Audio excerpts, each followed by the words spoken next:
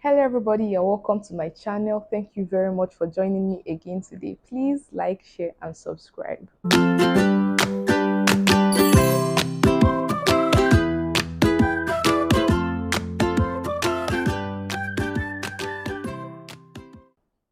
So today we are going to be talking about mentorship. I have some questions here that were collated by some of my colleagues and I'll be answering the questions. So first, who is a mentor? A mentor is someone you look up to, someone that is trusted, someone that is knowledgeable in the particular area you're looking up to the person about. So you can have a mentor in the academic field, you can have a mentor in the spiritual field, and different fields as you like.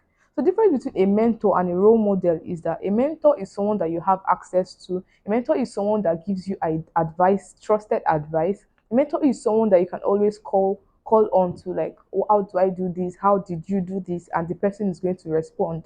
You have easy access to a mentor, but a role model is just someone you admire. The person is a model to you from afar. You don't have a personal relationship with the person. You can just admire, oh, I like the way this person preaches, I like this singer, but the person is not your mentor. Even if you're an upcoming artist, the person is not your mentor, it's just a role model. So that's the difference between a mentor and a role model. So I'll be starting by taking the questions. So the first question here says, is it right or appropriate to have a mentor of the opposite sex? Well, based on me, I feel there is nothing wrong with having a mentor of the opposite sex. There is really nothing wrong with having a mentor of the opposite sex. The only problem comes where you don't draw the line and when you don't draw boundaries. So the second question says here, are you comfortable with your partner having a mentor of the opposite sex? Or is it better to stick with the same sex? Well, that is not a problem when you are in a relationship with someone and you are very close with another person of the opposite sex. And like I said, you can have a mentor in different areas of your life, whether academically or it could be your career. So if your spouse has a career and as a mentor in that particular aspect of his or her life. And I don't feel it's a problem to have a mentor of the opposite sex in that area, because what if that's the only person available to do the job? And I'll always say where the problem comes is when the boundaries are not defined. So for the next question, it says, what are the differences and similarities between mentorship and followership?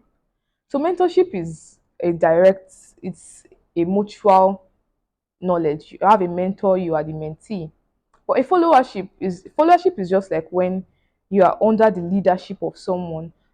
In followership, you really don't have a choice to express yourself. You don't have that one-on-one relationship. Yeah, you might have, but you don't have that freedom.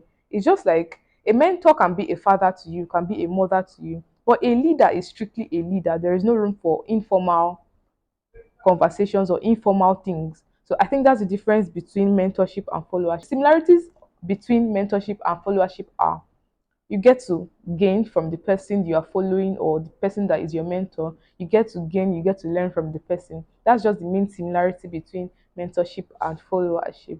So down to my next question, it says, which is best, several mentors from various fields or one that suits majority? Well, I'm not a fan of just narrowing down whatever you can do.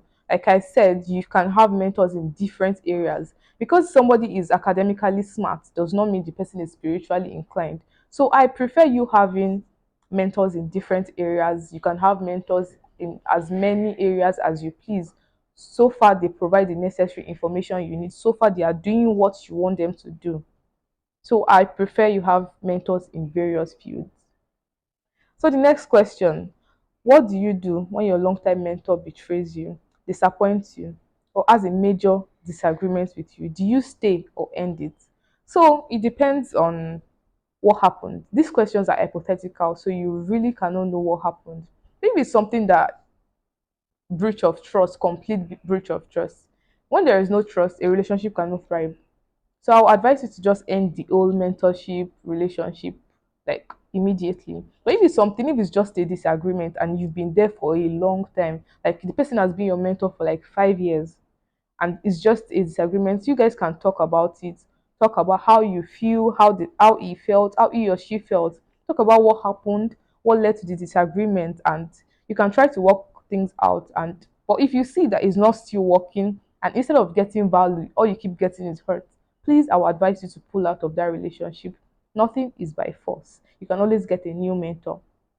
Yeah. So another question says, what are the boundaries of closeness or distance in mentorship? First of all, this question has to do with if your mentor is of the opposite sex. And I'll start by saying, if your mentor is of the same sex, well, you should have boundaries, because what if the person is married? What if the person is working somewhere, and you can't just pop up into that person's life and say, oh, you're my mentor, I need you. You should define, you and your mentor or you and your mentee should define the relationship. How often do we get to talk? What are we doing? What am I mentoring you about? Are we friends, or we are just mentors and mentee?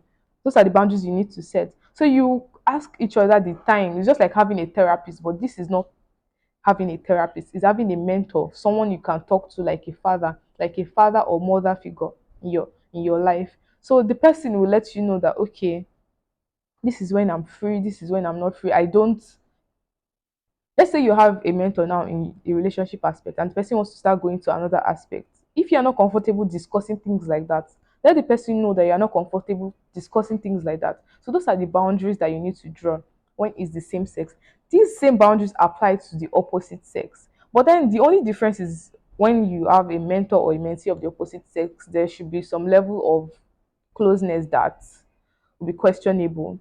So you should make agreements, where can we meet, where should we not meet, what time do we not communicate. Because if you have a mentor and the mentor is married, and you say you are thinking about your life challenges, and you're calling the mentor by 12 a.m., 3 a.m., how do you expect the person to answer? Even if your mentor is answering because he doesn't understand boundaries, sooner or later that's going to cause problems. So we need to understand the place of boundaries, especially when we have mentors of the opposite sex. So this will be the end of my video today. You can drop more questions, or when I get more questions, I will answer them. Thank you very much for watching my video today. God bless you. Please don't forget to like, share, and subscribe. Thank you very much. Bye.